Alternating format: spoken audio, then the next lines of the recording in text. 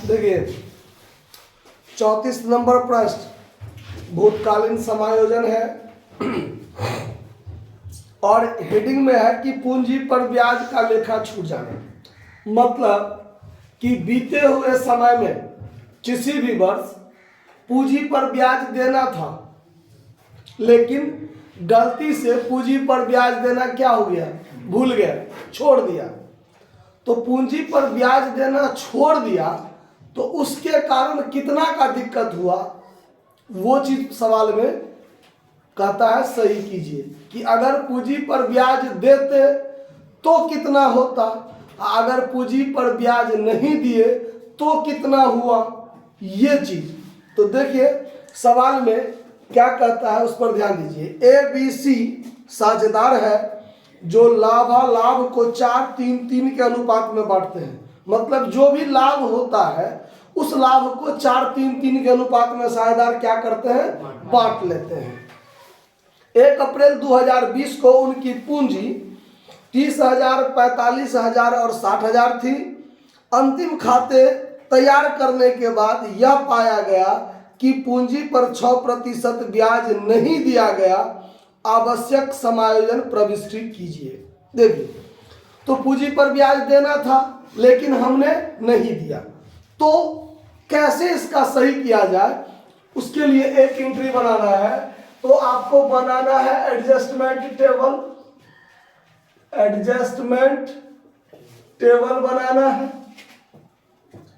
तो adjustment table में बताए थे हम कि जागो साझेदार हो उससे एक कॉलम ज्यादा बनाना हो अमाउंट का कॉलम टोटल के लिए। तो यहाँ इसमें पार्टिकुलर होगा, एबीसी साझेदार है, एबीसी, और ये कॉलम किस चीज का, टोटल का। और एडजस्टमेंट टेबल में हमको सबसे पहले यह ध्यान देना है कि सही में क्या होना चाहिए, सही में क्या होना चाहिए और गलती क्या किया है उसको सही करना है पहले। तो पूंजी पर ब्याज नहीं दिया, पूंजी पर ब्याज नहीं दिया, तो पूंजी पर ब्याज दीजिए सबसे पहले। तो पूंजी पर ब्याज दीजिए। तो देखिए यहां लिखेंगे interest on capital at the rate of क्या परसेंट है, 6%। हम 6% के दर से पूंजी पर ब्याज देंगे। अगर देंगे तो देखिए 30,000 का 6% पूंजी पर ब्याज इसको कितना मिलता, 1800 मिलता ना, तो दीजिए 1800। उसके बाद 45,000 का 6%, तब 45,000 का 6% कितना हो जाएगा, 2700 रुपया। कितना हो जाएगा, 2700 रुपया। तो पूंजी पर ब्याज बी को कितना मिलता, 2700 मिलता, दे दिए। और 60,000 है सी का पूंजी, 6% ब्याज देते तो 3600 रुपया इसको ब्याज देते ना। अब ध्यान दीजिए ये पूंजी पर ब्याज हमने नहीं दिया, तो वर्ष में लाभ तो कुछ ना कुछ हुआ होगा ना, लाभ हुआ होगा कि नहीं हुआ होगा, जो कुछ भी XYZ जो भी लाभ हुआ होगा, लाभ हुआ, उस लाभ में से हम पूंजी पर ब्याज देते तो इतना इतना इतना देते ना, लेकिन इतना इतना इतना नहीं दिया, नहीं दिया। तो जितना रुपया पूंजी पर ब्याज देना था उतना रुपया लाभ तो मेरा घटता जो हमने नहीं दिया, और उतना रुपया जो लाभ था उस लाभ को हमने क्या किया, आपस में बांट लिया। यही काम किया होगा ना। अगर मान लीजिए इस तीनों को पूंजी पर ब्याज देते तो कितना खर्चा हो जाता मेरा, उस पर ध्यान दीजिए। ये हो जाएगा आपका 4 3 7 7 2 9, तो 9 में 8100 रुपया। ये पूरा को आप जोड़ दीजिए तो 8100 रुपया होगा। समझे बात, तीनों को जोड़ दीजिए तो कितना हो जाएगा, यानी व्यवसाय में 8100 रुपया तो लाभ हुआ होगा, जो हमने 8100 रुपया पूंजी पर ब्याज नहीं दिया, और इस 8100 को हम लोग क्या कर लिया, लाभ के अनुपात में बांट लिया। यही गलती किया ना।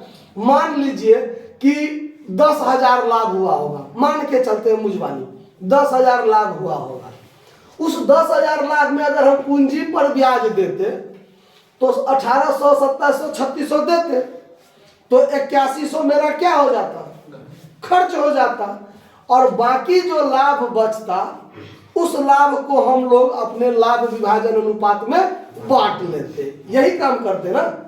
लेकिन हमने क्या किया, तो 10 के 10,000 बांट लिया, 10 के 10,000 बांट लिया, तो गलती किया। 8100 से ऊपर 1900 लाभ बचा 10,000 में, उस लाभ को बांटना था तो वो तो सही किया बांटा, लेकिन गलती कितना के लिए किया, 8100 के लिए ना, कि 8100 जो लाभ हुआ होगा उस लाभ में इतना इतना इतना तो पूंजी पर ब्याज देना था, और हमने पूंजी पर ब्याज नहीं दिया और उस लाभ को क्या कर लिया, बांट लिया। गलती इतना ही है। 8100 से ऊपर जो भी लाभ हुआ होगा वो तो बटाया होगा तो सही हुआ, गलती हुआ 8100 का, तो 8100 पर ही हमको एडजस्ट करना है, समझा बात। अगर हम पूंजी पर ब्याज देते तो 1800, 2700, 3600 देते, यानी ए को वास्तव में 1800 मिलता, बी को वास्तव में 2700 मिलता और सी को वास्तव में 3600 मिलता, लेकिन नहीं मिला। और ये 8100 रुपया साझेदार ने क्या किया, 4-3-3 अनुपात में बांट लिया, यही काम किया ना, गलती। तो अब यहां पर देखिए, यहां 8100 लिख दीजिए और यहां लिख दीजिए कि less profit already divided by partner, कैसे, 4-3-3 के अनुपात में ये 8100 क्या कर लिया, बांट लिया। तो 4-3-3 अनुपात में जब आप बांटिएगा 8100 में भाग दे दीजिएगा 10 से, तो एगो जीरो कम हो जाएगा, भाग दीजिएगा 10 से, एगो जीरो कम हो जाएगा। अब इसमें आप गुना कीजिए 3 से, तो गुना कीजिए 3 से तो 2430 इसको मिलेगा, 2430 इसको मिलेगा, और 810 गुने 4 कर दीजिए तो 3240 इसको मिलेगा, 3240 इसको।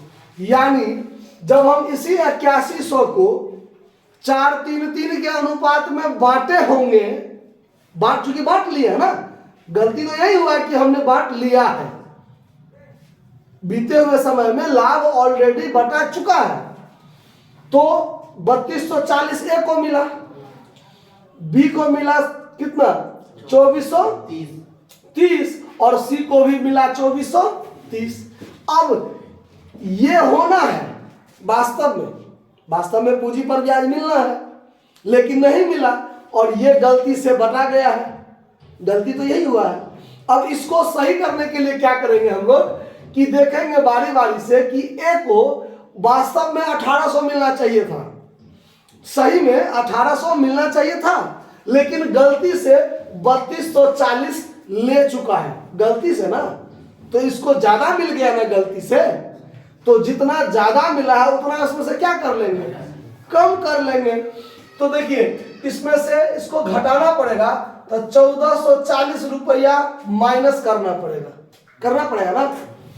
बी को देखिए, बी को वास्तव में जब हम पूंजी पर ब्याज देते तो 2700 देते, लेकिन ऐसा नहीं हुआ, जब लाभ को ऑलरेडी इन्हें गलत तरीका से बांट लिया तो इसको 2430 मिला है, तो गलती के कारण इसको और मिलना चाहिए, कितना और मिलना चाहिए, तो 270 और मिलना चाहिए। तो इसमें 270 क्या करेंगे, जोड़ेंगे, इसको 3600 क्या होना चाहिए, मिलना चाहिए सही में, लेकिन गलती से इसको 2430 ही मिला है, तो इसको और कितना मिलना चाहिए, कितना और मिलना चाहिए, तो 1170, यानी इसको 1170 और मिलना चाहिए, तो 8100 का माथा पेची क्या हो जाएगा, जो गलत था 8100 के लिए लफड़ा था वो राफ साफ हो जाएगा। आया बात समझ में। तो मतलब यहां पर यह हुआ कि लफड़ा इतना ही के लिए है, ये जो है आपका इफेक्टेड अमाउंट है, इफेक्टेड अमाउंट कितना से, कि ए को 1440 ज्यादा मिल गया तो कम कर दीजिए, बी को 270 कम मिला है तो उसको दीजिए, और सी को 1170 कम मिला है तो उसको भी दीजिए। मतलब इसका पूंजी घटेगा तो डेबिट करेंगे और इस दोनों का पूंजी बढ़ेगा तो क्या करेंगे, क्रेडिट करेंगे।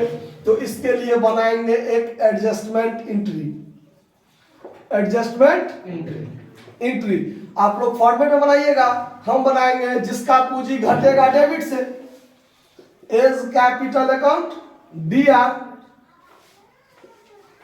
1440 to B's capital account to C's capital account 270 और 1170।